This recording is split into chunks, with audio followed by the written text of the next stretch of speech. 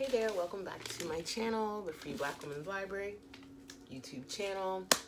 This is recap, reaction, review of episode 2 of the new TV series starring, written, produced, directed by Michaela Coel, called I May Destroy You. Okay, it's a HBO series, just came out this month, and if you haven't watched my reaction of episode 1, my long-winded rambly reaction of episode 1, please go check it out. If you haven't watched the show, this video will be filled with spoilers, as I will be talking about the plot and the characters in detail, as well as whatever else comes to mind for me while I finish repotting my plant. So, episode 2 is called Someone is Lying, and I feel like that someone is Simon. Simon is shady as fuck, okay? So, yeah. Simon is, I don't know what's up with Simon. I really hope that there's going to be some type of plot twist and that he's not the one who set Arabella up to be assaulted and used. But I don't know, that's how it's looking. So, you know, as you remember in episode 1 ended with her coming home, opening her door, and having the vision of the man standing over her. You know, it's just like a quick flash, and it's just one of those things where it's like, that's strange. So, you know, this is where she begins to remember, like, little things, but it's not really super clear what happened to her just yet. So it starts out with her and her best friend Terry, T. They are at, you know, a diner or some type of restaurant. They're having a meal, and Terry's getting ready for an audition. Terry is an actress, and she's going to be auditioning for some type of, like, PC type of commercial about, like, womanhood or whatever. So, you know, Arabella's helping her go through her lines, and it's cute, you know, how you are with your friends, you know, they're like bigging each other up, helping each other out, taking care of each other, and it's really nice. So far I like the dynamic between Arabella and Terry. It seems like they're really down for each other and really, you know, looking out for each other so far, it seems. So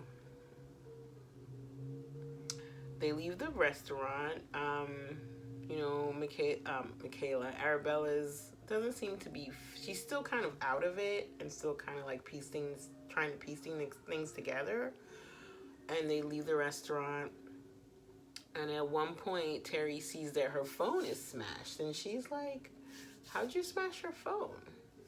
You know, and Arabella just kind of like stops cold and she can't remember.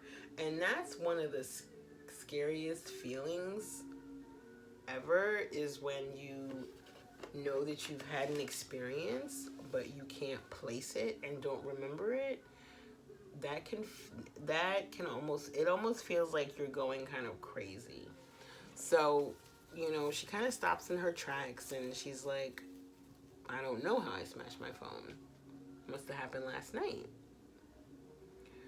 And then she starts to realize that there's a lot of things she doesn't remember about last night. Like, how did she get home, you know? Or how did she get back to the office, you know? And so they call Simon, and he doesn't pick up the phone. They call Simon from Arabella's phone several times, and he doesn't pick up the phone. And then they call Simon from Terry's phone, and he picks up. What's that about? So that's another red flag. We had 2 red flags in episode 1. Now we have a third. The not picking up. So then he picks up and Terry's like, yeah, I'm calling because you didn't pick up when Arabella called and she has some questions for you. So, Arabella gets on the phone and she's like, how did last night end? Which is a really troubling question to ask someone. Because if you don't know, oh my gosh. She's like, how did last night end? And he's like, what? What? What do you mean? And she's like, how did last night end? How did I get home? And he's like, still trying to act like he doesn't understand the question. And then she kind of feeds him an answer. She's like, did you bring me back to the office? And he's like, yeah, that's what happened. I brought you back to the office. And she's like, okay. And he's like, yeah, and then you fell down. You fell. You hit your head when you fell. And that's when your phone got smashed. And she wants to believe it. Which is another example of how sometimes when we have a traumatic experience or bad things happen to us, or when someone we care about, someone we trust hurts us, we don't want to believe that they could hurt us. We don't want to believe that they would do something bad to us because we don't want to see them in a negative light, and we don't want to lose that friendship or challenge or confront that moment, or we don't want to think that we would make that choice to be friends and trust someone like that. There's a whole lot of layers to being betrayed and being lied to. And I really like how she tells the story because it's just very subtle cues. So, so he's like, yeah, that's what happened, whatever. And so she believes him. She just hangs up the phone. Oh, of course, that's what happened. And there's a little kind of weird flicker in Terry's eyes, a weird kind of shifting in her energy. It's very, a quiet type of thing that happens. But Arabella doesn't pick up on that. She's just keeping it moving, all is well, all is good. Let's continue studying these lines because Terry's got an audition. So Terry goes to her audition, and we'll talk about the audition a little bit because it's kind of gives an example of what Black women go through, Black actresses and Black women in general go through when it comes to being put on display. She's asked, what's the wildest thing you've ever done? And she's like, oh, I'm going to come back to that. I'll give you an answer in a minute. And then she does her lines, and I think she does a great job. But then the white casting director asks her to take her wig off.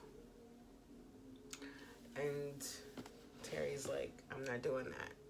You know what the hair looks like under a wig? Why would I expose myself to you in that way? You know what I mean? Regardless of whether her hair is done or not done, she came to you with that wig on. It's part of her look. So just deal. So Terry says no, she's not going to take her wig off, and I think they lose interest in her in that moment and make their decision in that moment about not casting her. So it's kind of a sad moment. But as Terry's walking out, she says a threesome. Remember that. She says a threesome to the answer of the first question they asked her. What's the wildest thing you've ever done? And when she says a threesome, they just look at her like, okay, that's fine. So she leaves. And, things start to go on. At one point, Arabella has a flashback about being at an ATM. She's hanging out with her roommate, Ben. They're watching some cartoon. and she has a flash of being at an ATM and putting in her PIN or just being at the ATM.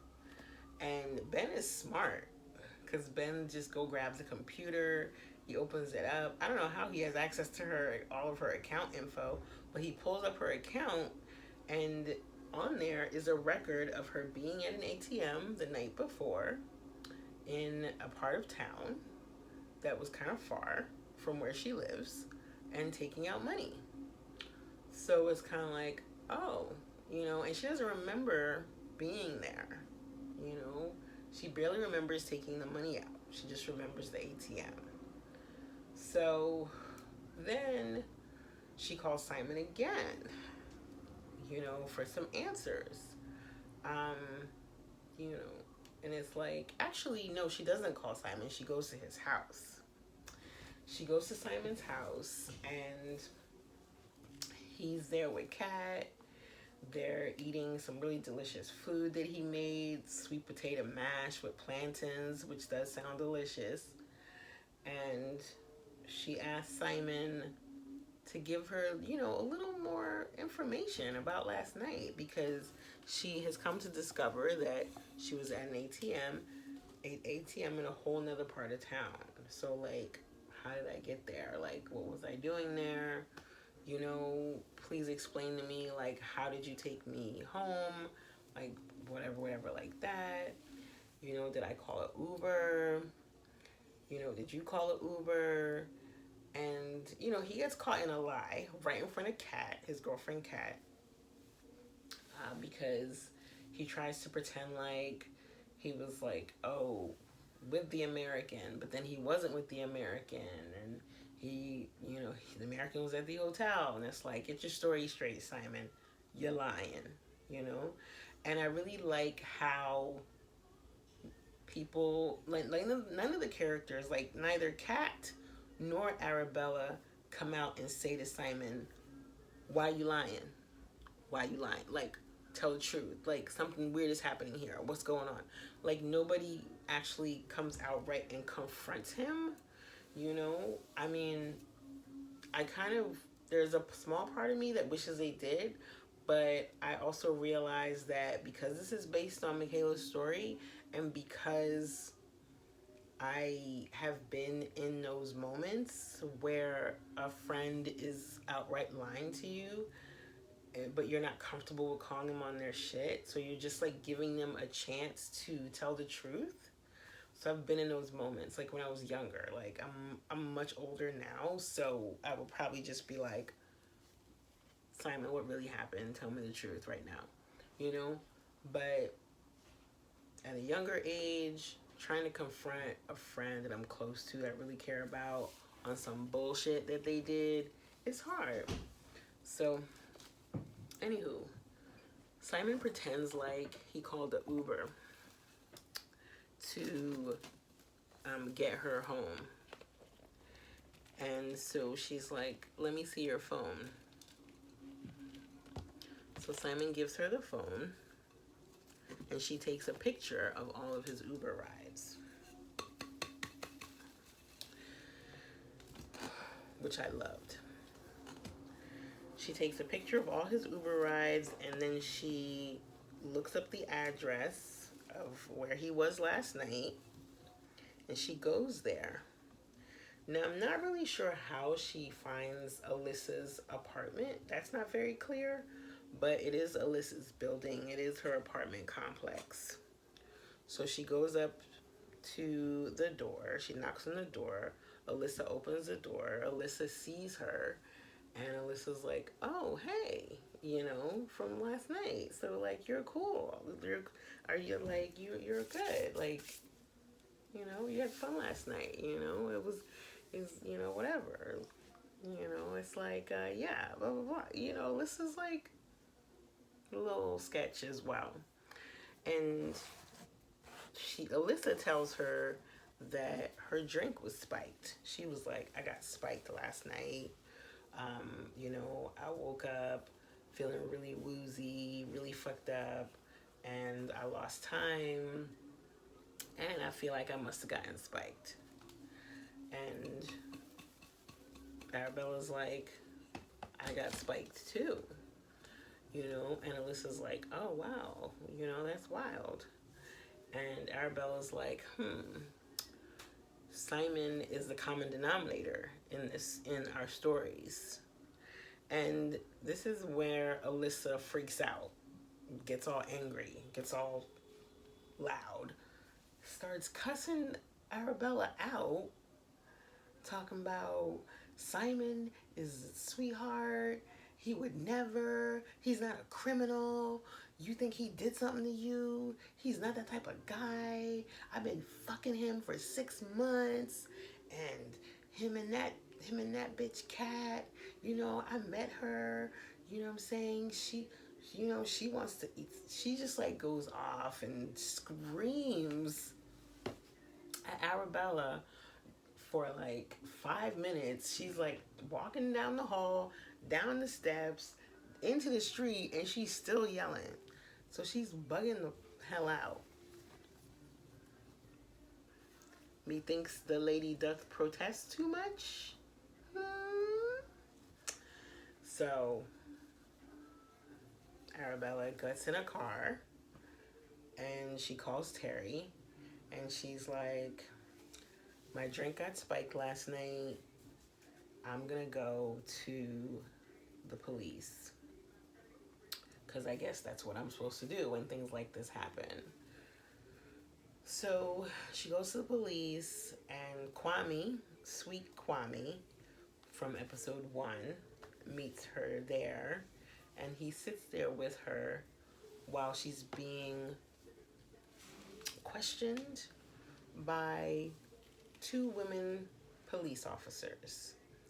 Now, the black woman police officer is just lovely, And part of the reason why I enjoy British TV is because they cast black women, they cast women of color, more than one. You'll see more than one in a series. Oftentimes in American shows, if you have like a Coco or dark-skinned black actress, she'll be the only character that looks like that in the whole show. But in this show, we get to experience like a lot of chocolate and dark-skinned black folks. So I really like that. I love seeing melanin on camera. But either way, Fumi is the black woman officer's name, and she's just wonderful. She has a very calming presence, and I think she senses that something happened to Arabella, and she has to kind of get it out of her slowly. So she starts to ask her questions about the night and about the things that happened to her the night before.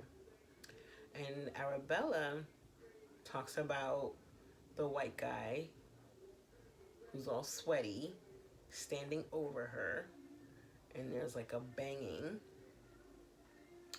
and she talks about how his nostrils are really big, and she can't remember a lot of details, but she remembers exactly what he looks like. So she's like, maybe we can draw him, maybe that'll help. And the woman's like, yeah, we can do that, but let's talk some more about this man and how he looks. So, Michaela continues to talk about how he has these big nostrils. So, Fumi, the police officer, stands up and tells her, if someone is standing over you like this and you're looking up at them from where you are, their nostrils are going to appear big. And so most likely this dude standing over you. And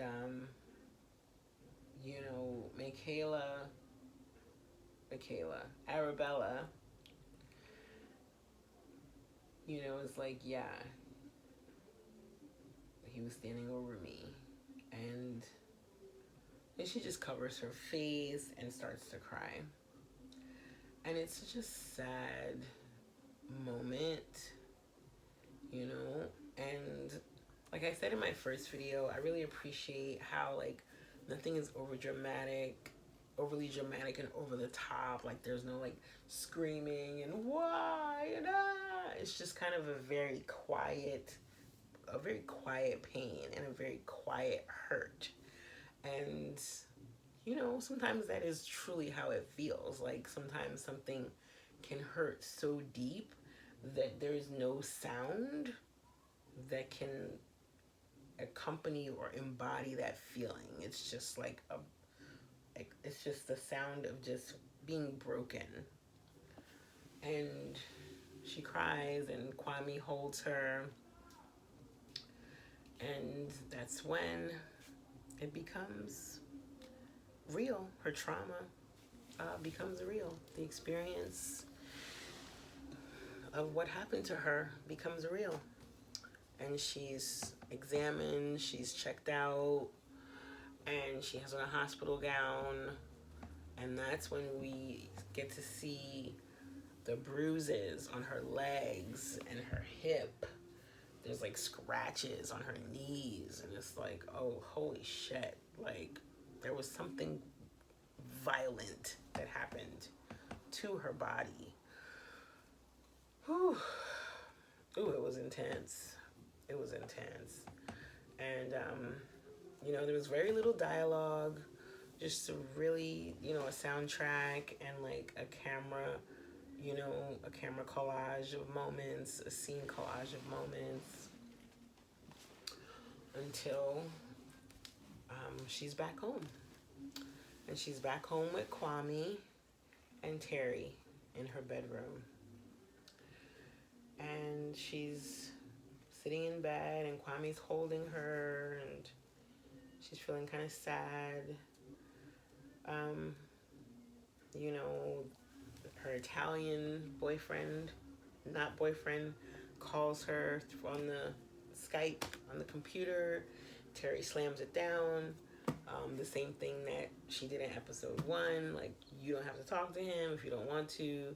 If now's not a good time, now's not a good time. So she shuts that down. And Terry is sitting at the foot of the bed, in a chair at the foot of the bed. And they talk about another experience of how one of them left the other when they were in Italy. And Terry starts talking a little more about that until Kwame kind of gets her attention. And she notices that Arabella has fallen asleep. You know, keep in mind, Arabella hasn't slept. Since she's gotten back from Italy, she hasn't slept, okay? She went straight from the airport home. As soon as she got home, she went straight to the office. As soon as she got to the office, she worked. She went to the club. She partied all night. Something happened. She wound up back at the office, working until like 5, 6 in the morning, met with the agents, went to have breakfast with Terry, dealt with all of that weird shit with the Uber and with Simon and Alyssa, went to the police office, got investigated, got checked out by the doctor, they took her statement, etc., and then went home. So it's been like 2 days. So she's exhausted, you know, and she's out. And it was good to see her like rest. And it was very significant that she was able to rest after telling her story to the police. It was very significant to me that she was able to rest while, maybe because she was in Kwame's arms and he made her feel safe. It was very significant that she was able to rest after going through all of what she went through. Her body needed to rest. So, while she falls asleep, Terry gets really emotional and starts crying. And Kwame's like, was the audition that bad? And she's like, yeah, it was horrible. Now, I personally didn't think she was crying about the audition. What did you guys think? I don't know. I thought she might have been crying because she knows what happened. Or because of what happened to Arabella.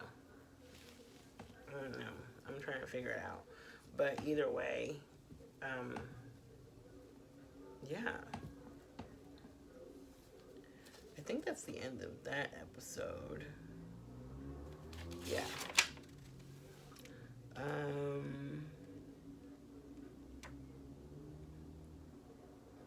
Yes. Yes. That's the end of that episode. So this video is 25 minutes. I gotta figure out a way to make these shorter. So if you have tips about that, let me know. It's cause like I don't know which details to leave out and which details to leave in. I feel like this is a hard one because there's so many different things that are going on at once, and I feel like every single thing that's happening is connected to the main story. You know, the situation with Simon and Kat is connected to the main story. Alyssa, Simon's mistress, is connected to the main story. Terry and her being Arabella's best friend is connected to the main story. Kwame, who's always like surfing for trade on his phone. Something's going on with him. So it's like hard. It's hard to talk about it. But I'm trying to figure out a way to make these videos like less than 20 minutes. And I'm going to work on that. And I guarantee you by the time we get to the final episode, I will have figured out how to give an abbreviated recap of this show.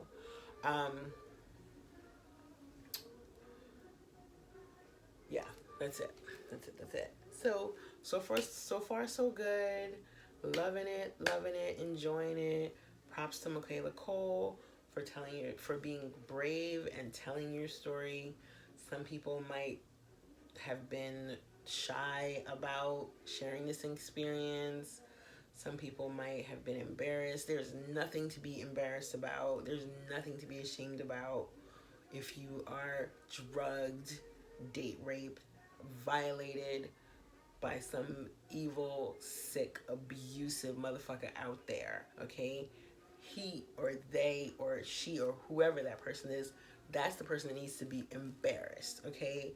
That's the person that needs to be ashamed of their horrible behavior, not you, okay? You're a survivor and you can work through that shit, okay? Take care of yourself. Do what you need to do. Whether you want to write it out like Michaela did, dance it out, draw it out, talk to somebody. You know what I'm saying? Don't let those feelings fester inside you.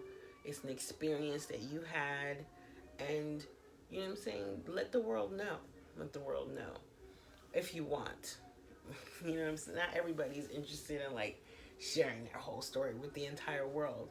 But my point is, like, don't hide. Don't make it some dirty little secret, you know? It's not something that you need to feel ashamed of, you know? Especially if you are a Black woman watching this and you've experienced that. Black women are 1 in 4 Black women have had a moment of sexual violence in their lives. 1 in 4. So keep that in mind if you're in a room with 20 Black women. That means that 4 to 5, maybe even 6 of those women in there have had this type of experience of being harmed. So, anywho, that's all I'm gonna say. That's the end. Finished potting my plant. Isn't she cute? I got this clay pot from Overstock. It came in a set of 2. So the other one's a little bigger. So I'm gonna put another plant in that, and it's gonna go by my window. it. I'm going to end this video now because it is way too long. Thanks for watching. See you for episode 3. And please like, comment, subscribe.